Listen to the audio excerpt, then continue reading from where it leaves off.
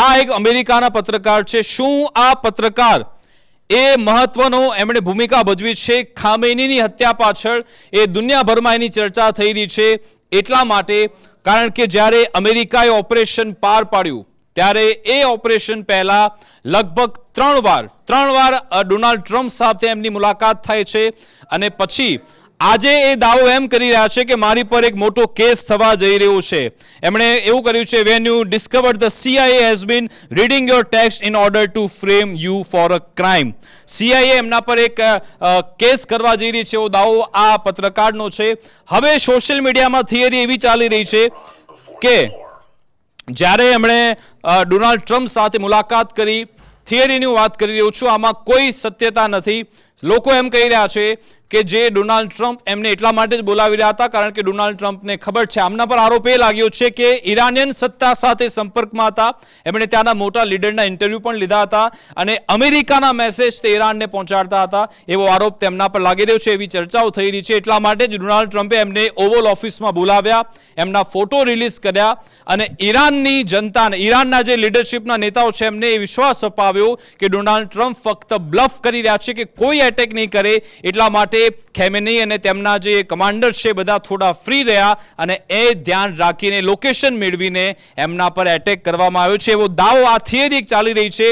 જો કે સીધી રીતે કોઈ પુરાવા નથી મળ્યા, પણ જ્યારે ટકર કાર્લસને એમણે પોતાનો વિડીયો મૂક્યો કે CIA મારા ટેક્સ્ટ વાંચી રહી છે અને મારા પર એક કેસ થવા જઈ રહ્યો છે, એટલા માટે આ ચર્ચાઓ શરૂ થઈ। હવે કેવી રીતે ડોનાલ્ડ ટ્રમ્પે આખો આ પ્લાન બનાવ્યો તેનો પણ એક વિડીયો લોકોએ AI જનરેટેડ વિડીયો બનાવ્યો છે કે આમાં કેવી રીતે ટકર કાર્લસનને ફસાવવામાં આવ્યા અથવા તો અમેરિકાએ, ડોનાલ્ડ ટ્રમ્પે કેવી રણનીતિ બનાવી હતી એ આપણે હવે આ AI વિડીયોની મદદથી જોઈશું। તમે જુઓ કે ડોનાલ્ડ ટ્રમ્પ પહેલા ફોન કરે છે ટકર કાર્લસનને કે મારે તમને મળવું છે, મારે તમને વ્હાઇટ હાઉસ બોલાવવા છે।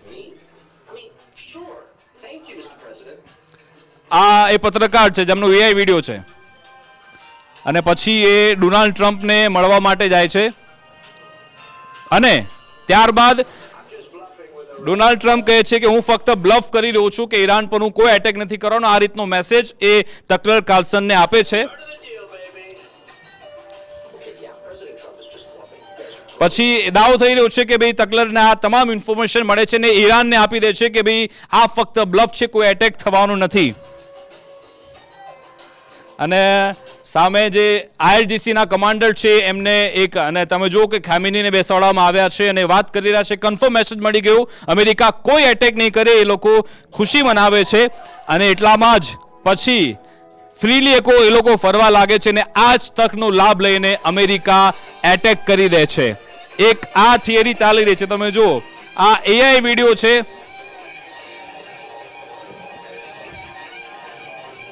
એટલે અત્યારે ટકર કાર્લસન અત્યારે ખૂબ જ ચર્ચામાં છે કે શું આ એ જ વ્યક્તિ છે જેના માધ્યમથી અમેરિકાએ ખામેનીની હત્યા કરી છે અથવા તો એક આખું ઓપરેશન પાર પાડ્યું? ઘણી બધી ચર્ચા છે, પણ આમાં કેટલી સત્યતા લાગી રહી છે? કારણ કે આ પત્રકારને લઈ ત્યાંના તમામ રાજનીતિક, આપણે જે રીતે ભાજપ અને કોંગ્રેસ આમને સામને પ્રહાર કરતા હોય છે, અમેરિકામાં પણ આવો પ્રહાર શરૂ થઈ ગયા છે। હા, આવું બની શકે છે કે જે આપણને ખ્યાલ હોય સરકારને કે ભાઈ આ વ્યક્તિ સામેની સરકારને જઈને આ માહિતી આપે છે। ઇઝરાયેલે આનો બહુ ઉપયોગ કર્યો છે ઘણા ઓપરેશનની અંદર, તો બની શકે છે કે આ પત્રકારને માહિતી આપવામાં આવી હોય અને એ માહિતી ત્યાં પહોંચી હોય ને એ લોકો નિશ્ચિંત થઈ ગયા હોય કે આપણી પર હુમલો નથી થવાનો અને પછી હુમલો થઈ જાય, એવું બની શકે છે। પરંતુ એ તો તપાસમાં જ આગળ આવશે કે કેટલી ભૂમિકા હતી। હજી સુધી એમના પર કોઈ કેસ થયો નથી। એમણે કહ્યું છે કે CIA મારા બધા ટેક્સ અત્યારે જોઈ રહી છે। એમણે કહ્યું કે હા, મેં ઈરાનના નેતાઓ સાથે વાત કરી, એ તો સ્વીકાર કર્યો અને એટલે જ એમને એક ફોરેન એજન્ટ કહેવામાં આવી રહ્યા છે કે એમણે ગદ્દારી કરી છે દેશ સાથે અને ટ્રેટર તરીકે એમને ત્યાં એમની સાથે એવી વર્તણૂક થવી જોઈએ, કેસ દાખલ થવી જોઈએ, કેવો વર્ક પણ છે।